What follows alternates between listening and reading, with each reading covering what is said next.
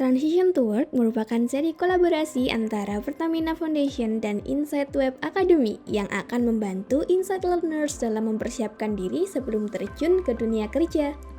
Kita bayangkan kita sebagai HR atau sebagai perusahaan, kita mau nggak ya hire diri kita sendiri kalau hanya melihat dari CV kita. Nah, jadi gimana nih caranya supaya teman-teman bisa stand out? Salah satu tantangan yang dihadapi fresh graduate adalah sulitnya mendapatkan pekerjaan impian. Riset dari BPS menunjukkan jumlah pengangguran sebesar 9,1 juta jiwa pada Agustus 2021. Hal ini karena persaingan masuk dunia kerja juga semakin ketat. Pada Global Talent Competitiveness Index yang menunjukkan kualitas daya saing sumber daya manusia, Indonesia menempati posisi ke-65, jauh dibandingkan Malaysia di peringkat ke-26 dan Singapura di peringkat ketiga. Menurut riset dari RGF International Recruitment, 71% employers di Asia mengalami tantangan dalam proses rekrutmen berupa talent shortage, di mana perusahaan kesulitan mencari SDM yang tepat. Hal ini juga terjadi di Indonesia.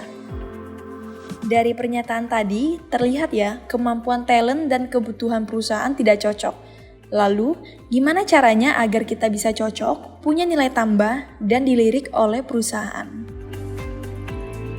Bersama Ibu Elvira Priscilia, kita cari tahu yuk cara membuat CV kita bisa bersaing.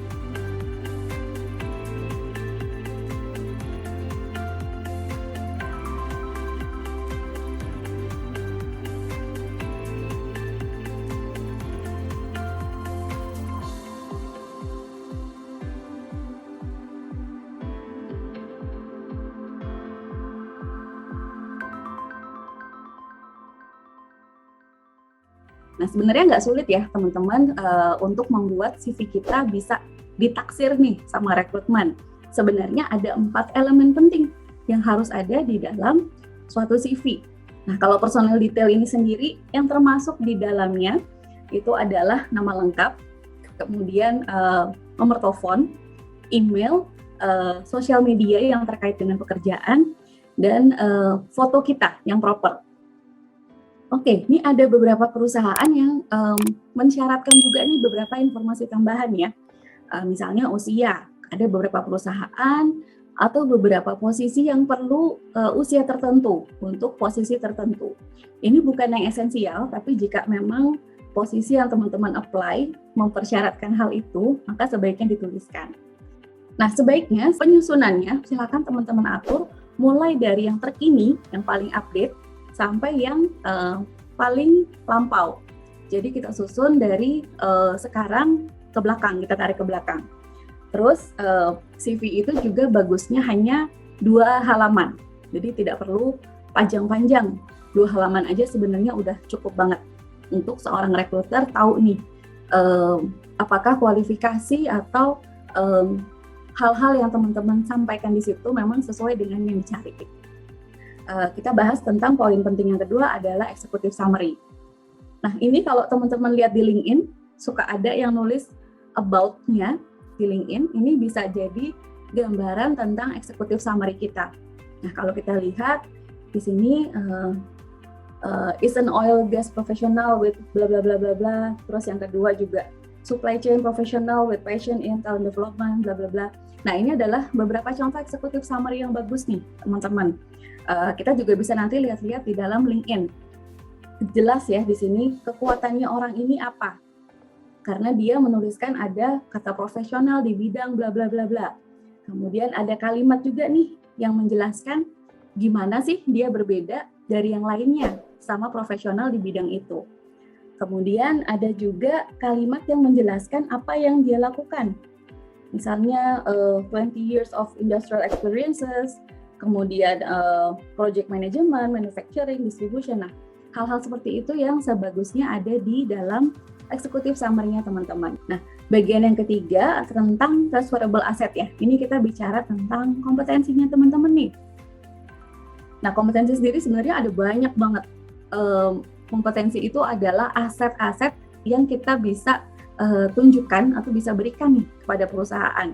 Nah, ada yang terkait tentang orang, ada yang terkait tentang pekerjaan, kemudian terkait dengan function dan juga behavior nih teman-teman. Nah mungkin dari tadi ada yang udah bertanya nih ya, Bu dari tadi bahas soal kompetensi, tapi saya sendiri aja nggak tahu nih kompetensi saya seperti apa. Atau saya nggak tahu nih aset dari diri saya sebenarnya apa sih yang bisa saya jual. Nah ini sebenarnya ada cara yang cukup praktis ya. Kita bisa kenal kompetensi apa yang kita miliki dengan cara seperti ini. Ini panduan yang paling mudah, cara yang paling simpel. Jadi silahkan teman-teman list 10 achievement yang sudah pernah teman-teman dapatkan. Apa sih prestasi teman-teman? Nggak usah berpikir yang terlalu jauh juga ya teman-teman. Jadi bisa aja kita tuliskan achievement kita adalah saya berhasil mengadakan acara dengan peserta 300 orang. Seperti itu bisa. Atau saya berhasil menjual tiket sebanyak berapa ratus lembar. Seperti itu. Nah, itu bisa. Nah, kemudian setelah kita melis achievement kita itu, kita identifikasi nih di dalam mencapai itu apa nih skill yang kita pakai. Misalnya kita menghubungi siapa. Nah, itu nanti setelah itu kita bisa nilai apakah kita senang melakukannya dan apakah kedepannya kita akan memakainya lagi skill tersebut. Bisa kita review setelah itu. Nah, kalau misalnya kita merasa apa yang kita lakukan itu membuat diri kita nyaman dan kedepannya mungkin akan kita lakukan lagi. Misalnya kayak tadi kita melis bahwa achievement kita adalah menjual tiket sebanyak 100 di dalam waktu 1 bulan.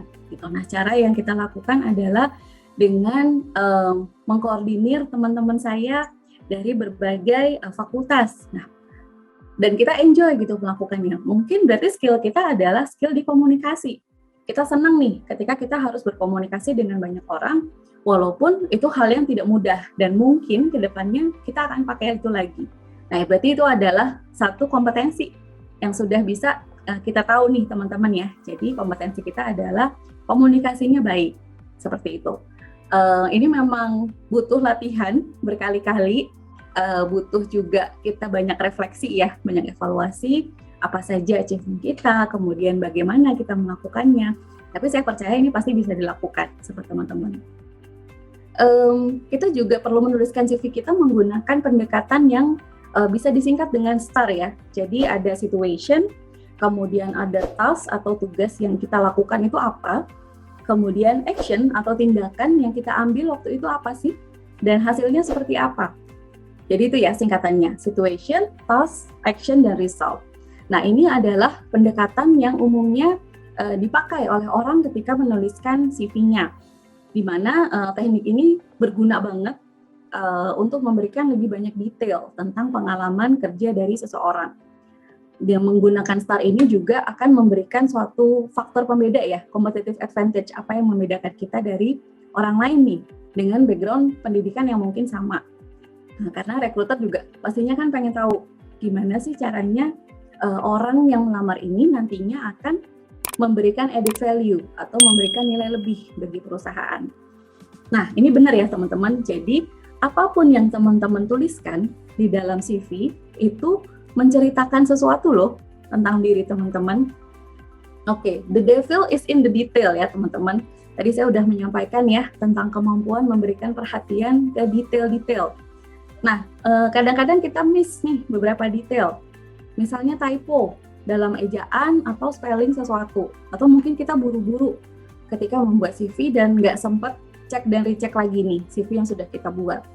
Oke, nah jadi teman-teman udah siap belum nih kira-kira untuk bikin CV-nya lebih stand out lagi?